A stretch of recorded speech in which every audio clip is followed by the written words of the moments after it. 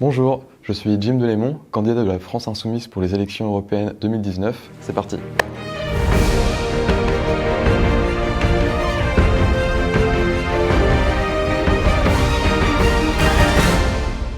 Bonjour Jim, ma première question, qui es-tu?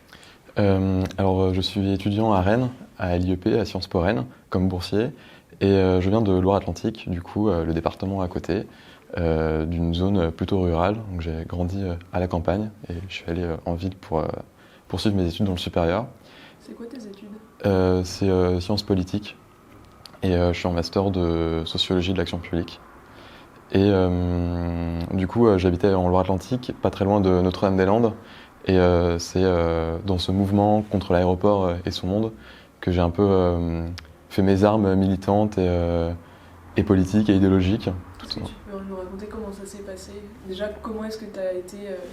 pourquoi est-ce que tu as rejoint le mouvement contre l'aéroport? En fait, du coup, c'est à 40 minutes de chez moi, donc pas très loin, mais j'étais pas directement impacté par le projet d'aéroport. Et en 2012, il y avait la campagne présidentielle, donc avec Jean-Luc Mélenchon. Et ça m'a interpellé. Du coup, j'ai commencé à coller mes premières affiches, à me politiser un peu auprès du mouvement à cette époque qui était le Front de gauche. Ensuite, j'ai rejoint le parti de gauche et c'est par ce biais-là que j'ai mis mon premier pied à Notre-Dame-des-Landes à l'été 2012. Et juste après, il y a eu la première opération d'expulsion par le gouvernement PS. Et du coup, s'en est suivi tout un... C'est là que le mouvement a eu une exposition médiatique et que ça m'a vraiment interpellé et que j'ai trouvé ça totalement injuste ce qui était fait et que j'ai commencé à me renseigner sur le projet d'aéroport et tout ça. Et le mouvement m'a vraiment touché dans le sens où c'était une lutte très exigeante avec les gens qui occupaient le terrain et très diversifiée avec des militants qui venaient d'horizons super divers et variés, avec des paysans, des militants plutôt anarchistes, des citoyens, des associatifs, des gens du milieu de la gauche. Et du coup, je me suis un peu à peu investi là-dedans. Notamment, j'ai milité d'une façon un peu artistique au sens où la façon dont j'ai voulu être utile, c'était aussi à travers les visuels, l'image, en créant des badges, des visuels d'affiches, d'autocollants. Et c'était aussi une façon de prendre à revers toute la campagne médiatique de diabolisation du mouvement anti-aéroport où on voulait faire croire que c'était seulement une bande d'anarchistes qui occupaient illégalement des terrains comme si on volait quelqu'un ou quelque chose, alors qu'au contraire c'était une lutte digne, et enfin c'est toujours une lutte qui défend des terres pour un autre projet de société. Et du coup c'était aussi de montrer que la lutte avait un aspect positif, que la ZAD était partout mais que c'était pas quelque chose de négatif, que c'était une vision positive du monde, que si on était contre un projet d'aéroport c'est avant tout parce qu'on était pour un autre projet de société. Et que un des slogans qu'on avait fait sur une affiche, c'était « Notre rêve des Landes ». Et c'était aussi de montrer que nos rêves et nos aspirations pour une société meilleure pouvaient avoir un ancrage aussi petit soit-il et avec tous ses défauts ici et maintenant dans une zone bocagère avec tout un monde qui allait avec. Et alors, aujourd'hui, tu es candidat sur la liste pour les européennes. Comment t'en es arrivé là, de Notre-Dame-des-Landes à cette salle? Du coup, c'est les trajectoires militantes qui sont un peu assez étonnantes parfois. Et simultanément à Notre-Dame-des-Landes, je militais au parti de gauche.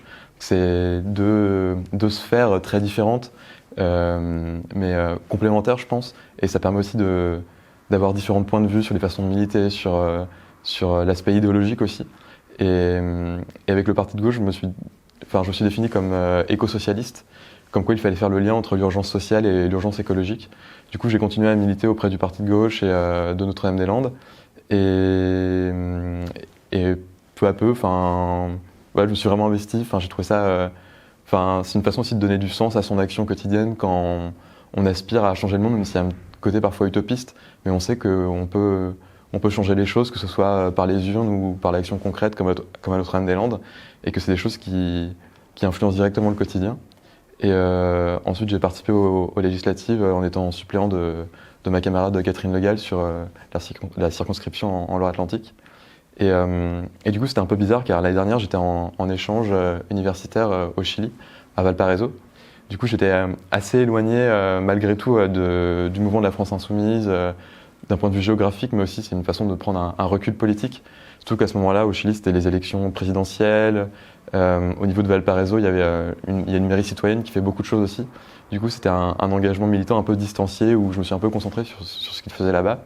Et ce sont les camarades et les amis de Loire-Atlantique qui m'ont dit « Ah Jim, il y a les européennes, ça pourrait être intéressant que tu proposes ta candidature étudiante avec Notre-Dame des Landes, tout ça. » Et au départ, j'étais un peu, enfin, je sais pas, j'avais un peu d'hésitation de voir tout ça de loin et finalement j'ai rempli le formulaire et je suis là aujourd'hui. Du coup, c'est assez, il y a un aspect assez drôle, mais aussi une sorte de responsabilité et on sait que du coup, même à notre petite échelle, on peut représenter quelque chose ou porter une certaine voix et certaines revendications.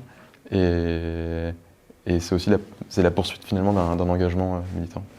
Et donc, si tu es élu député, quelle sorte de député tu voudrais être?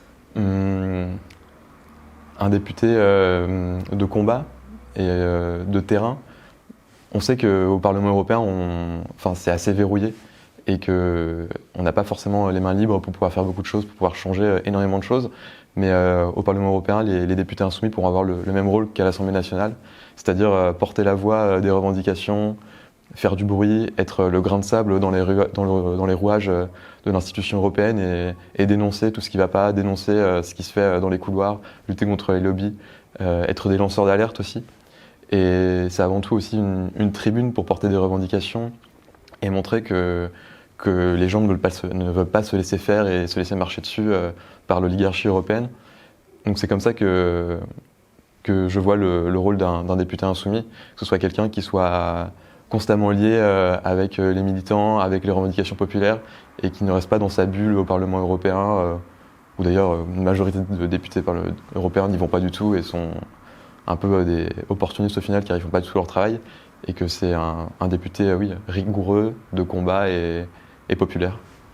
D'accord, et ben merci beaucoup et puis bon courage pour la campagne.